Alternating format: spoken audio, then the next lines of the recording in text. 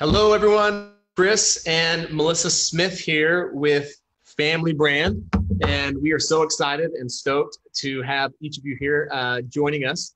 And we couldn't be more excited to be kicking off the Connection series. And we believe that your family, like the purpose of life is family. And we believe that it's totally possible for every family to have more love, joy, and connection than they ever thought possible. And as Mother Teresa once said, we believe that if you want to change the world, go family. And right now, in this time of uncertainty, in this time of what's going on in the world, like we believe the world needs stronger families now more than ever, and families need help more than ever. And it's interesting. Let's share with them the story of like the entrepreneurship summit we were at. That kind of like really, we'd had this idea of family brand, but then that really kind of like drove it home for us. Yeah, it was really interesting. This is last year, we were at an entrepreneurship summit, and we were just sitting in the audience, and from the stage, the main speaker, he said, the backbone of America is small businesses. And at the exact same time, Chris and I looked at each other like, no, like the backbone of our country is families. And it just hit us then more than it really ever had, just the importance of families. Really. Yeah, and we had never talked about that. We had never talked about this idea that but we've all heard that a lot. Like the backbone of, this country is built on small businesses, and so the reason why we're creating the Connection series is to help families, ours included, and to help inspire families to take a stand of creating an intentional culture of love, joy, and connection in their home. And we're going to be bringing on, global leaders and experts from all around the world to share all things family, like how to create more love, joy, and connection than you ever thought possible. We have some amazing names, like we can't announce them yet, but some people that we'll be announcing in the coming days. So we are really excited to have these guests come, and there'll be such great, valuable things that they will have to share with us. Yeah, experts in things like what we're talking about that night. They're just blown away at the different things that they're going to talk about and share with families and parents. Like mindset and like upgrading your health and nutrition, and just like little pieces that we believe as a whole they create better, stronger, and that in turn stronger families and just more connection and connect. Someone who's an expert on discovering your purpose, just like all these different things. And so one of the things we would invite you to do right now as you're watching this is start your own watch party on your own page. Like, please share this out to the world. Like, we need your help. Like, in order for us to build strong families, like we need everyone's help in order to do that. This idea of, why is it that we believe families, and, what does this mean to us, and how did we get to this point of creating our own family brand and creating, a culture in our home or being intentional? Because, the thing that's interesting is I've realized in my own life as an entrepreneur and a business owner, it's easier oftentimes to be more intentional around my brand and my culture in my business than it is even in my own home. But when I think about the relationships that mean the most to me, and I think about the true impact of like my family's legacy in my life, it's like my family. And what I've realized is that this work, when I started to realize that this could impact generations of like what it means to be a Smith, like it started to become my most important work.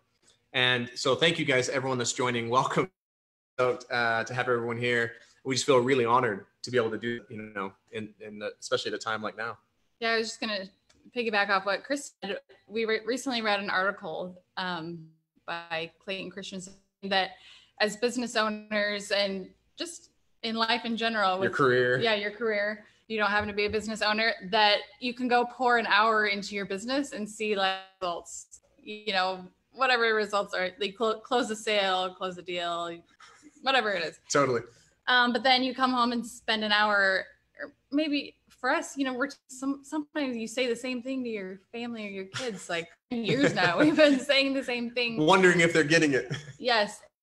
And why it would feel better, easier to pour into something where you can get immediate results. And sometimes in your family, it feels harder, like it's not as quickly and therefore doesn't feel as rewarding. But when you look back, that's where you'll want to have poured all your heart and soul into, even though it's a longer, harder grind. Totally. Jeff, I love Jeff's question. He asked, he loves family brand because Chris looked 14. Jeff, what's amazing is before we created our family brand, I looked like I was 65. So that's one of the benefits of going through family brand and creating your family values and your culture is you somehow look younger. No, but for those, like, please ask us questions, ask us anything that would make a difference right now for you and your family. Backstory for family brand and why we believe so much in this is really, for me, it started when I was 19 years old. And, you know, when I was 19 years old, I went on a mission for my church. And it was really the first time in my life I'd lived away from my family. And I was in upstate New York. I'm from Arizona. So I was in this place that was totally different to me. It was freezing cold. February, dark, gloomy. I'd never seen a snowplow before. I was like, what the heck is this white stuff, you know, falling out of the sky and on the ground? So I was already kind of, you know, feeling a bit lonely and away from my family. And then all of a sudden, like, kind of the weight and the heaviness of struggles that my family had gone through at that point really started to weigh on me. And so at that point, I had lost a brother. I had lost one of my brothers. You know, I'd had another immediate family member that had been to prison a couple of times. You know, we just different struggles in our family of addiction and mental health. And it just kind of was weighing on me. And I asked the president of my mission, I just shared with him, I was really struggling. And I said, why is our family struggled? Like, was really perplexing and just couldn't wrap my mind around it. And I said, why have we struggled so much? And he said, you know, my belief is that maybe at one time it really meant something in particular to be a Smith, and that was clear and defined. And then something happened, something, you know, came along and then it meant something else to be a Smith. He said, so I believe that at some point in time, someone's going to, like, come along and, like, really take a stand for the Smith family name and reestablish what it means to be a Smith. And I'm telling you, like, the minute he said that to me, I knew that, like, part of my life's mission and purpose and calling was to do that. Like, I was going to do that. Like, not that anyone else in our family couldn't do it, but for me, like, that was important to me to reestablish, like, what it meant to be a Smith. And I didn't say anything to him at the time. And I didn't say anything to anyone for years. And I had no idea what that looked like or how I would do that. And then, you know, when Melissa and I got married, and by the way, I married the perfect person to, like, reestablish the Smith family name and, like, build a culture together, because she's my hero and she's amazing. And it wasn't always that way for us. Like, this journey of me having that epiphany at 19 and then us having, you know, 5 children we have now. And, like, if I can humbly say, I think we have an amazing marriage, and I love Melissa and she's my hero and my best friend. And it's been a freaking grind in the journey to get there. Yeah. I'll speak a little bit to that. 10 years ago, Chris came home. It was right after we'd had one of our second son. He was a month old. So if you've ever had a baby, put yourself in that spot with your 1 month postpartum. And Chris came home from work one day and he was like, hey, I don't want to be married anymore to you. And I sometimes get still emotional, like, thinking about it, because it was hard, super hard. I don't know what else to say about that other than it was hard. And it's been a journey since then. Like I said, that was 10 years ago. And Chris and I we feel put in a lot of work and effort to make our marriage, like, the most amazing marriage that we could. You know, we became separated for a couple months, and we were definitely going to get divorced. But ultimately, I think it was because we did have 2 boys. We decided, like, no, we're gonna make this work. We're gonna make this marriage work. But not just, it wasn't going to be enough to just make it work for the kids, because we had seen that happen before with, you know, other people. You see that, like, they just stay together for the kids, and it's just not a fulfilling, joyful, connected marriage. So we knew we wanted to stay together, but we wanted to create, like, the marriage of our dreams. So it's been a journey creating that since then. And I feel like I've definitely learned a lot of things along the way that we're excited to share with you, they're not prescriptive, but things that for us are truth that have made a difference in our family and in our life. Love Melissa. So part of that, so we didn't just go from separated to, like, oh yeah, like, let's make it work. You know, headed down. It wasn't like we were separated working on it. Like we were separated, gonna get divorced. And I will say, like, it was Melissa's just belief in me when she really had no right or reason to believe in me. Like I wasn't worth believing in. Really, to me, saved our marriage. Like Melissa showed up as a leader in our home and in our marriage when I wasn't. And her leadership around that, like, and how she just believed. And I think you said at times you felt like, you've shared that with me before, that you had this like real distinct feeling like that I just need to like stay. Like if I stay and stay committed and still believe in Chris and believe in us. Yes. Yeah, I did. And I think at this point in our marriage, I was super, we're religious. We were super prayerful about it. And I just felt inspired. Like, this isn't about me, that this issue that we're having in our marriage is about something that's going on internally with Chris, and that I should like stay loyal to him, not like indefinitely, but like at least for this season, that was what our marriage needed to be stronger. Yeah. Okay, keep going. Well, I think if Melissa would have not like given like any opportunity for an out, then like I would have been out. But it was her commitment and her taking a stand for our marriage when I wasn't doing the same that really like kept us together. And yeah. Go ahead. I was just going to say, I put this so I realized that it was a lot of internal conflict with Chris. And of course it's two people, it's a marriage. I'm not saying I had nothing to do with it, but I realized a lot of it was things going on just with Chris that he needed to work through, that he got to work through. But I did put this sign up on the side of the bed on his bedstand. Subliminal message. It said, most people are about as happy as they make up their minds to be. And it was sitting on his nightstand, which I don't know, was that frustrating? No, it was awesome. I forget that story. But that was so that's like, see, that to me though, as I look back on that, I didn't appreciate it at the time. And I look back on it now and I'm so grateful to Melissa. And I'm like, wow, like, thank you for being like a leader in our home. Like, thank you for leading when I didn't, like, and staying with me and staying in it with me and like putting up a sign like that, like, and encouraging me. And part of that belief was Melissa convinced me to go to one more marriage counselor. And I did not want to go because we had not had a great experience with the marriage counselor. We'd been to one. Yeah. And maybe once. Did we just go to it once? Yeah. And both of us were like, Yeah, I was like, I'm not going and giving my money to someone else to have that lame of an experience. But Melissa's like, I really feel strongly we should go see him. I really have heard good things. I just have this feeling we should go see him. So I go to the marriage counseling appointment to actually prove her wrong. Like, probably not the best frame of mind to go into the marriage, to go to see a marriage counselor, but I'm actually going to like show her that this won't work and that she just needs to give up on it so that I can fully give up on it too. But again, that's just her belief and her commitment. And so we go and we have a really profound experience. Like this marriage counselor, he created space for us to just feel comfortable being who we authentically were and sharing what was really authentically going on for us. And what was amazing is he said at the beginning of the session, "You're not here to save your marriage.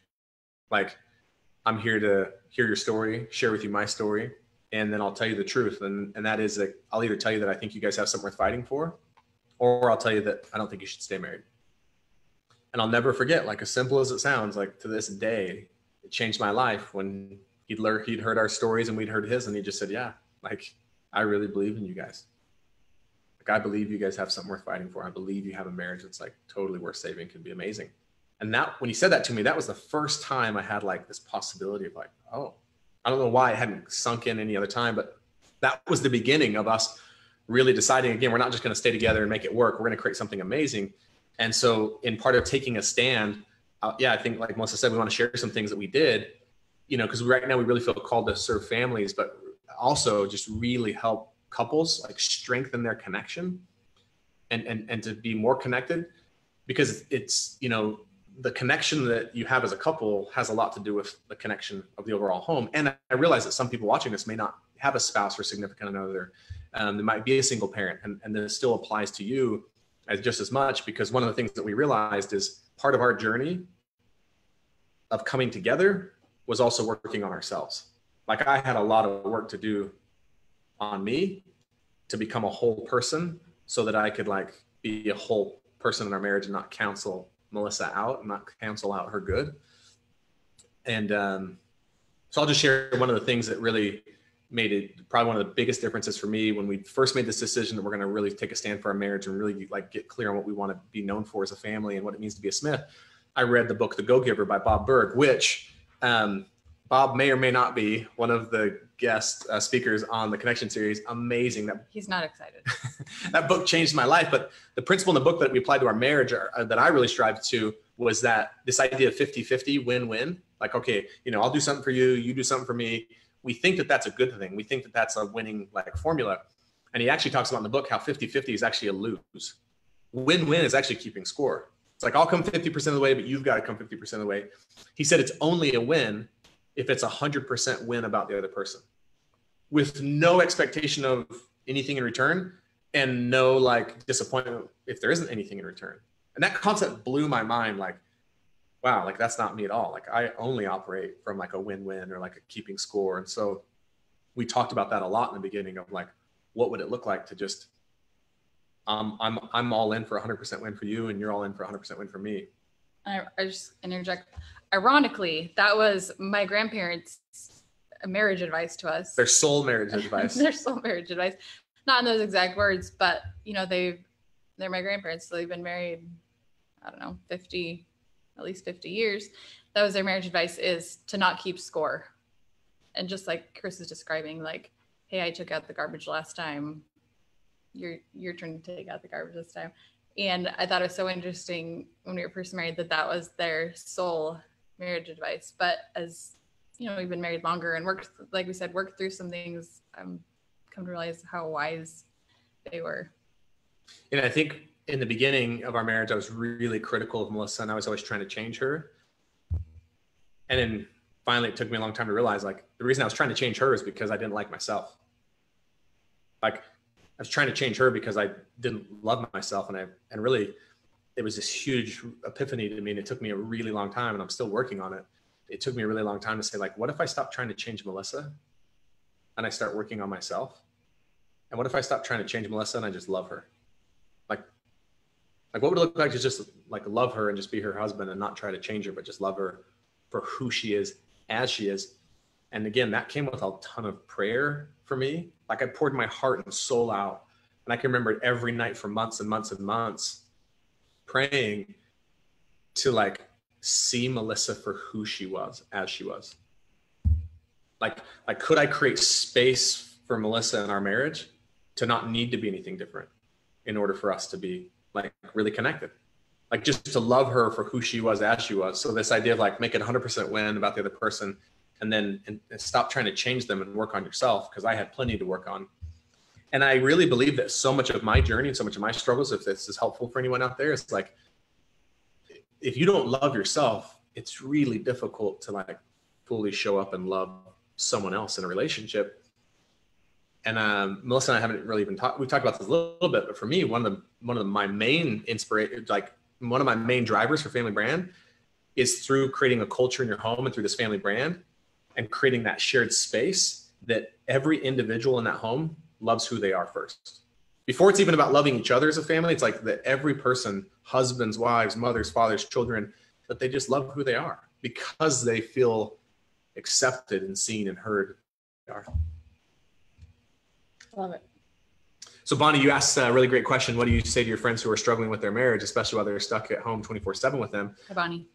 Yeah, it'd be some of this very things. Like, I think another thing is that like, you know, Melissa and I, when we decided to take a stand for our marriage, you have to understand that we were coming from a place of separated, going to get divorced. Like, it wasn't like we're going to work on it and it's great. It's better. Like, it was a long road. I do remember at the time reading, maybe it was a video that we watched, or anyway, a statistic from somewhere that people who are going to get divorced, but then they decide to stay together and work it out within 5 years, which at the time when you're in the middle of it, 5 years sounds like so far away. But if they stay together and work on their marriage, within 5 years ago, their happiness together as a couple statistically is higher than they ever imagined. So I remember keeping that in my mind too.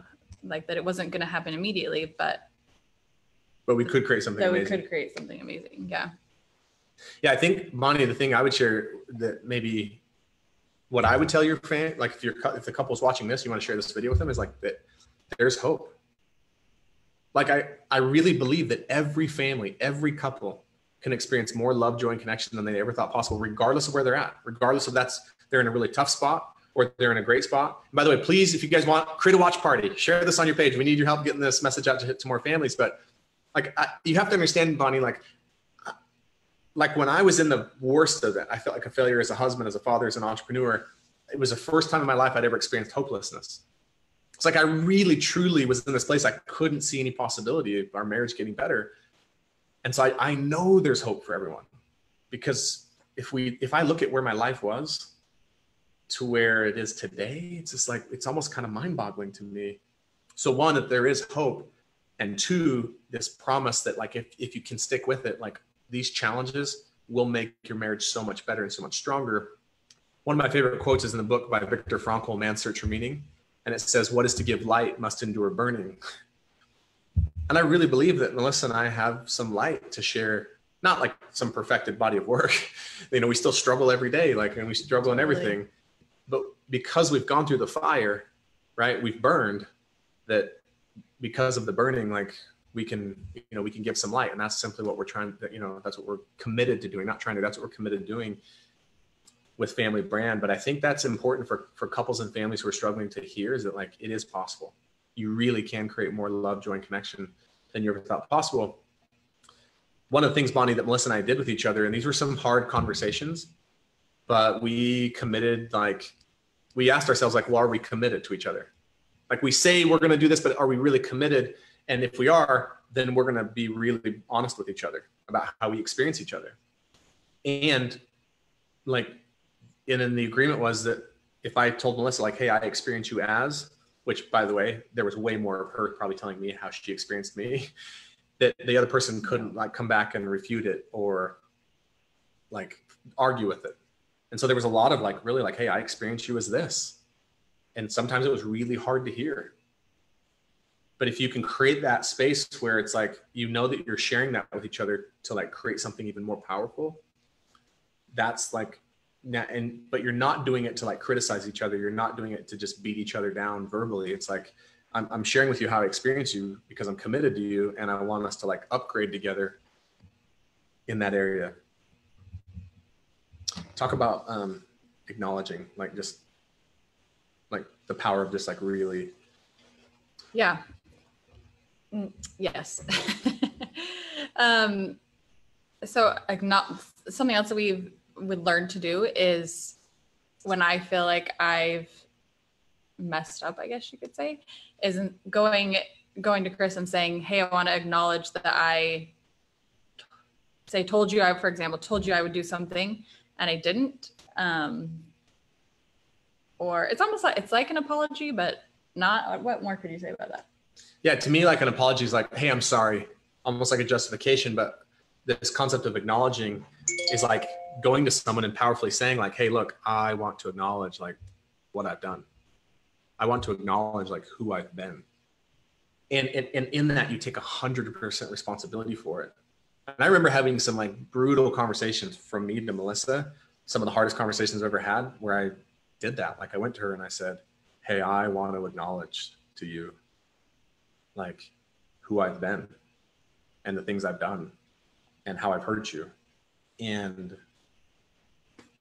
But with no justification, because if you own something and acknowledge it and then justify it, you cancel it all out. It's like, no, just going and purely acknowledging with no justification. We did a lot of that in the beginning.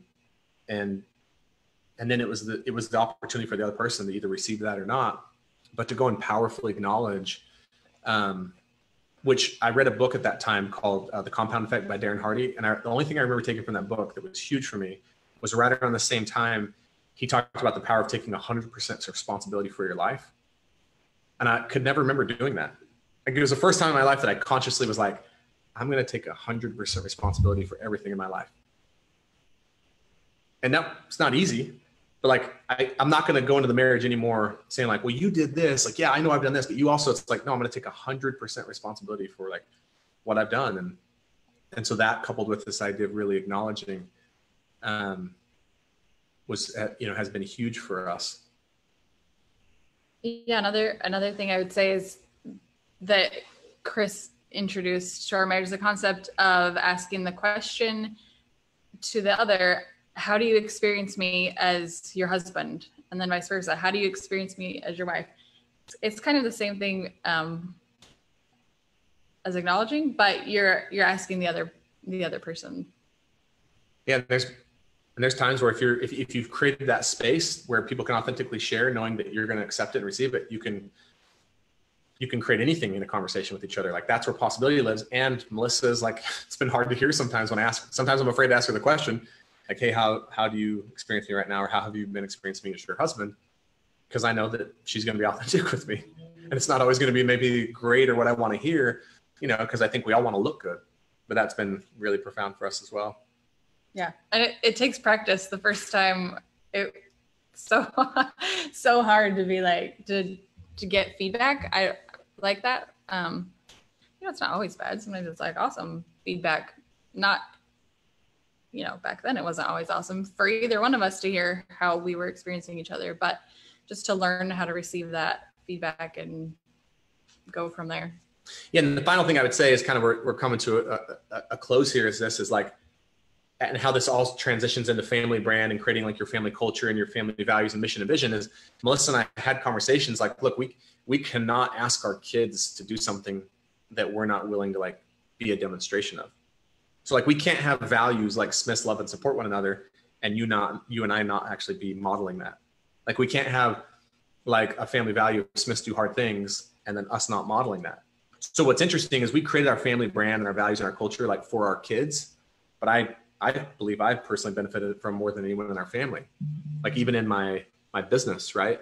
I'm like, well, I'm telling my kids all the time you can do hard things. I'm telling my kids all the time that Smiths are creators, but am I actually like doing it in my life? Like, am I out creating? Do I really have the belief in myself to go do hard things? And so it's like, so I think that's a huge thing too that can really help a couple have more connection and be more connected, is realizing like, wow, we really get to model, and not always perfectly by any means, but we get to model and demonstrate our values in our relationship to like our home. And it's like who we're being is the thing that teaches them more than anything. And so, the last thing I would say is that it's really for us now, it's really about creating space. If there's one thing that I could say, it's like, it's that our culture and our family brand and our family values and vision and mission is the intention behind it is to create space in our home for each member of the family to feel safe in being seen, heard, and valued for who they are, and that they love themselves. And I believe that in that kind of space, anything's possible. Do you want to speak to just kind of the last thing about the power of starting to think about some questions like, what does it mean to be a Smith, or what do you want to be known for? Kind of some of the initial things we did with creating our values. You could talk about that. I would like to say that thank you for being here with us. And I totally believe in you and in your family and what you want to create. I think everyone is just doing the best that they can, and it's amazing to be here with you. Yeah. So the last thing I would say, just something that you could start doing with your family right now that would be really fun and really make a difference for you, to kind of start thinking about this idea of your family brand, your family culture, is asking your family like the questions of, what do we want to be known for as a family? What do we stand for as a family? What does it mean to be insert your last name? And I can promise you that if you do it with your kids and make it fun, like they'll participate. They'll surprise you. Like they love this kind of stuff. Even if they're little, even our 3-year-old is on board.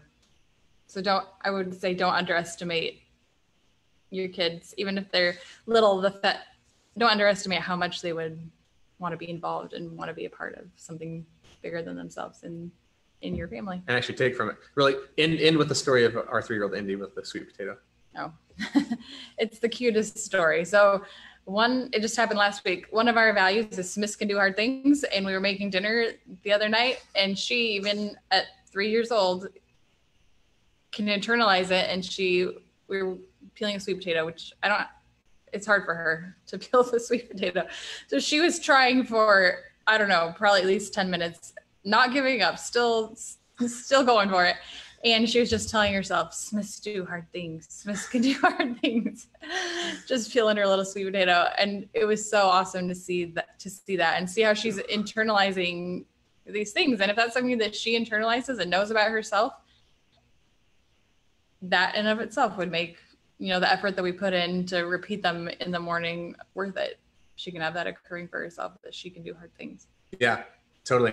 So, okay, thank you guys for joining us today. We're so excited to kick off the Connection series. We have another amazing guest that's going to be coming on with us tomorrow. We're going to be announcing guests every single week, sometimes multiple guests a week. Please like our Facebook page, Family Brand Official. So if you go into Facebook and just search Family Brand Official, you can find our Facebook page. You go to familybrand.com and put in your email and get updates there as well. We'd love to have you on this journey. Please share this with your family. Please share this with your friends, any family that you know can make a difference for. We believe in the power of families. And and so Bonnie had one last question. How do you talk to your kids? How do you talk about COVID pandemic with your kids, or do you? Absolutely. Because one of our family values, Bonnie, is Smiths can talk about anything without judgment. So we're really committed to that. In fact, we had our 2 oldest boys actually do, as part of their homeschool assignment, they did a report on 3 countries that have handled COVID-19 and which one they thought handled it best and why. Because again, we don't want to ever have a culture in our home where we don't feel like, oh, we can't talk about that, or we can't talk about this, or that's taboo. It's like, no, we can talk about anything. And that's part of our desire to create that space. So yeah, thanks for joining us, you guys. We're stoked. See ya. Bye.